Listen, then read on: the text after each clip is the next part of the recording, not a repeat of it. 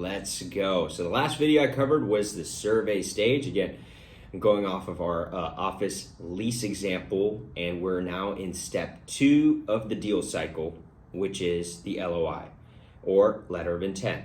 So this is after I have searched and toured with my office company options that would work for them, and we have either selected one that we're going to put in an offer or submit a LOI or letter of intent in, or a few. So sometimes in this process, for negotiating purposes, the company could find 3 of their top choices that they really like, and then they want me as their broker to draft a letter of intent with our terms and conditions that we will then submit to the landlord and start the negotiation process. But today I want to cover what a general template of an LOI looks like. And again, this is what the example I'm using here is in Orange County, California. So this is typically what would be circulated within this specific market. And again, every market is different, but you're most often gonna be submitting some sort of an LOI prior to a lease. And there are brokerages out there that will submit a pretty beefed up letter of intent, almost try and turn it into a lease. I know on my side, in terms of the landlords that I typically work with, we keep it pretty general, and I will cover the sections to show you that. And we will kind of defer some of the more serious items to a lease. So once we've surveyed, toured, selected options, now we're at an LOI, and then we'll also have in the lease where we'll have to get through some provisions and sections as well. So in this example, and the template should be coming up on the screen, I just want to start with page 1. We'll start right at the top.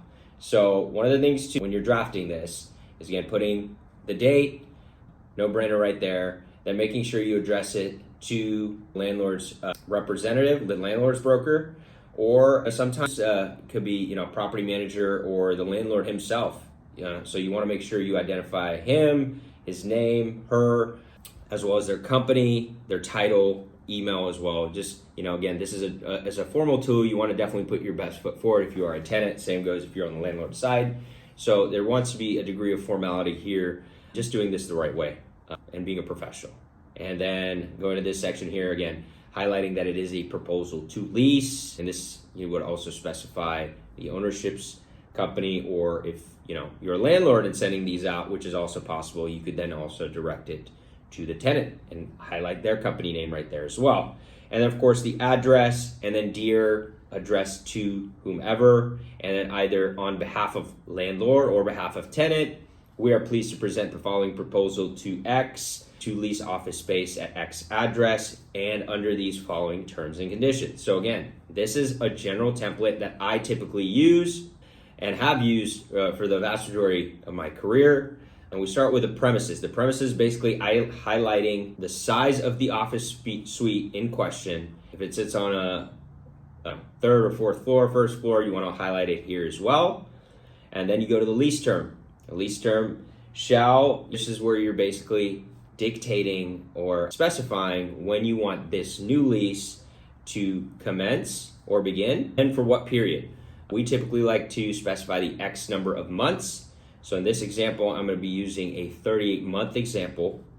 And then this next section is the base rental rate. So the base rental rate for the first year of the lease shall be X per square foot. Here in Orange County, we are known to use price per square foot on a per month basis. There are other markets out there that will typically use the annual figure. So they'll basically just take this amount and then multiply it by 12 to reflect the annual price per square foot.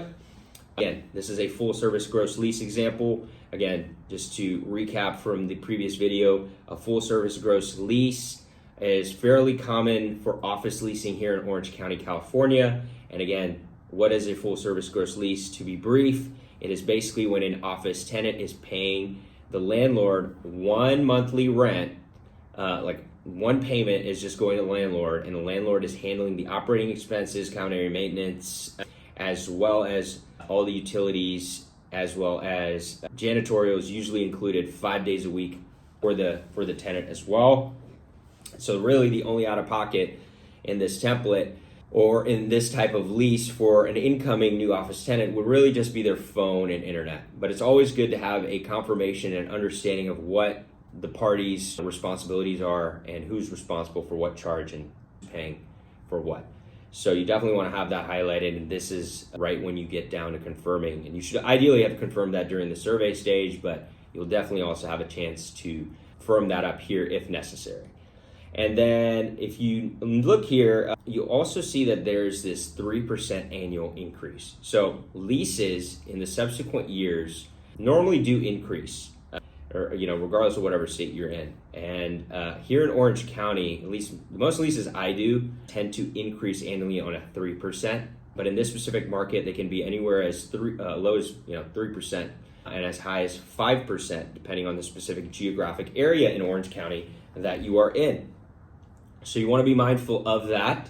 And again, that is also a negotiating piece as well. So always defer back to your specific market. And again, in the survey stage, you should have most likely asked around. If you are a seasoned broker and have worked a specific market for years, you'll just have a general understanding like, hey, this specific John Wayne area here in Orange County is doing X annual increases. Laguna Beach is doing this. Irvine's doing this, Anaheim's doing that, and Santa Ana's doing this. So just be mindful of that when going in. And yeah, tenants will definitely try to negotiate this to be as low as possible for obvious reasons. But yeah, so that's normally in this section where that will appear or where you want to address it when you start submitting these letter of intents. Then the next is rental abatement. Basically, that just means free rent in this specific section. Right, we're going off of a 38-month example. So if 2 months are free, right, it's then a 3-year deal in the sense that the tenant is having the benefit of using the space for 38 months, but you're only paying on it for 36 if you're getting 2 months of free rent. And again, as the landlord, the win here is that you kind of make it up on the back of the term when the tenant is paying a little bit higher in rent compared to the first year. So that's kind of the trade-off here. And again, it's all a negotiation, right? So that's the section where this would appear in the template. Going down the list, now I'm going to cover this briefly, but this is a section that does deserve its own video, and I will do one. But it's operating expense and property taxes.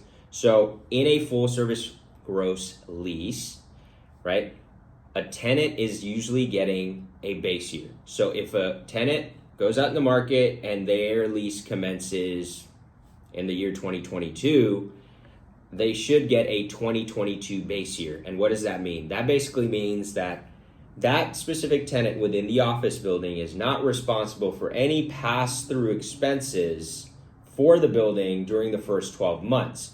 So, right, if I'm leasing space in October of 2022, I don't want to be accounted for the building operating expenses that may have increased over the last years when I wasn't leasing the space. To put it very generally and try and simplify it as much as possible. So in a full service gross lease, you'll get a base year, and this section is basically specifying that, and it's basically saying that it's calculated as if we were going off the assumption that the building was 95% occupied. Okay, and again, I'll touch on this deeper in a separate video on why that is important as well. But to simplify it, this is just specifying what the tenant's base year is, so that way they are not responsible for any pass-through expenses for the first 12 months of their lease. And again, in this full service gross lease example, please note that in years 2 and 3, say that the building's operating expenses increase by $100 from the year that they commenced their lease. The total building's operating expense just increased by $100. That $100 that the landlord is facing in an increase is going to get divvied out amongst all the tenants based on their proportionate share or proportionate share that they occupy. So this also specifies that. And what you want to note is, right, what that means is if you are a larger, like a 15,000 square foot tenant, of that 100 delta, you're obviously going to be responsible for more of that delta versus a 1,000 square foot tenant, because the more space you occupy, the more responsibility you take on because you're the largest tenant versus like a smaller 1,000 or 2,000 square foot tenant. But that's how that delta gets divvied out in a full service gross lease. And then it's usually then an additional kind of monthly charge that grows out. And I'll dive deeper into this in another video that I'll do, just talking about the types of commercial real estate leases and what my take is in kind of the variations. But just want to touch on this briefly, that is what operating expenses, property taxes is. Again, property taxes normally, on average, again, generally speaking, could increase anywhere from 2 to 3% depending on your specific market on an annual basis. But it's really just hard to forecast that on the landlord side. I'll have tenants that'll ask me to at least get a building's OpEx or operating expenses for the last 2 years, and they'll use that to then just forecast what the potential future is looking like. But this is an important section. That's why it's highlighted here in the letter of intent, because tenants don't want to lease space and sign a location where, say that the landlord is looking to build like a fountain, and they didn't know about it and they leased the space, and then that cost is then something that they're responsible for later on after they've leased the space. So it's always just good to iron this out, have a good understanding of how that specific office building ownership handles this. Next, we're going to tenant improvements. What does that mean? Basically, if a space requires any work, construction, demo prior to the office tenant occupying the space, you're going to specify it in this specific section. And again, if you are willing to sign a more traditional term, 3 to 5, it's fairly common in Orange County for good credit tenants, office tenants, that if they're pursuing a new 3-year lease, it's fairly common for the landlord to do new paint, new carpet. On new 5-year deals, on the ownership side, in terms of the landlords that I work with, they beef up concessions. They'll do a more hefty build out. They'll do, knocking down walls, constructing new offices if necessary, adding sinks. One of the things in the commercial real estate world, plumbing is a very big expense for landlords. So this is a big topic when dealing with medical tenants who often require multiple sinks in multiple rooms. So medical tenant build-outs tend to be very pricey, especially if they're going to more of just a traditional general office building versus a medical office building. But I can dive deeper into that in another video. But again, to be brief, tenant improvements is where you're going to highlight what are the proposed improvements to the space. What is the landlord responsible for? Is this specific lease saying, hey, landlord's going to foot up to a certain amount, and then the landlord wants the tenant to foot the delta if it's a really customized build out? This is going to be the section to specify that. And then, of course, once you trade paper, you're going to negotiate and iron this out as well. Hopefully before you get to a lease. Again, you should definitely want to iron this out, and both parties should have an understanding of what the improvements are before you go to a lease. Because you have certain scenarios where you'll get to a lease and the scope is in the work letter, and then you'll have a tenant trying to make a last minute change, or a landlord trying to scale it back after they have a true understanding of the cost. So again, definitely want to highlight, and that's why this is a letter of intent highlights kind of the general important terms that are going to appear on a lease. So you want to iron those out before you get to a lease by using this tool. Parking, as I mentioned, again, very important. You want to have an understanding, is it charged, is it free, on what ratio? This is going to be the section in the LOI to address that. HVAC hours of operation. It's typically fairly common for a landlord of an office building to provide their tenants standard hours of operations, right? Because most general office users are mostly Monday through Friday, right? So in this example, it's 8 a.m. to 6 p.m. on weekdays.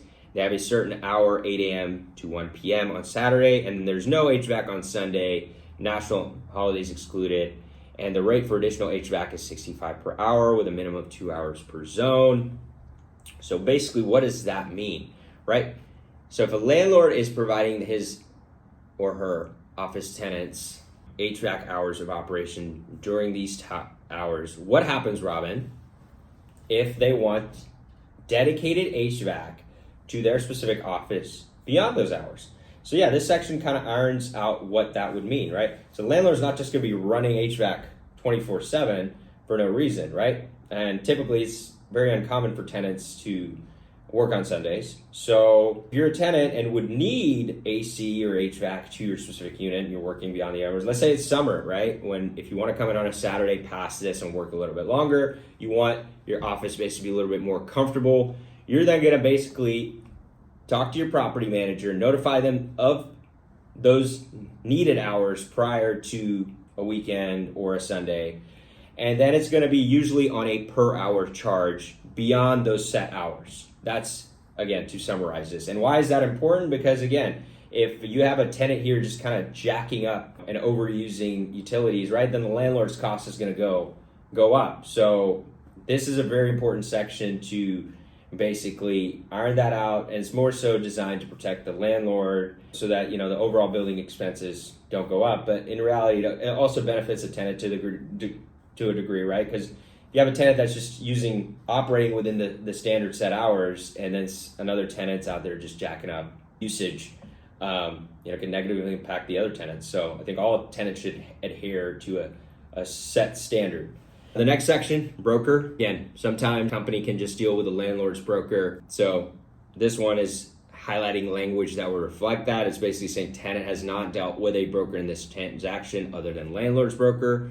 Or a tenant, office tenant, could be represented by a broker, and you just want to highlight who they are and just have an understanding of who the representatives for the parties are. So that's an important section as well.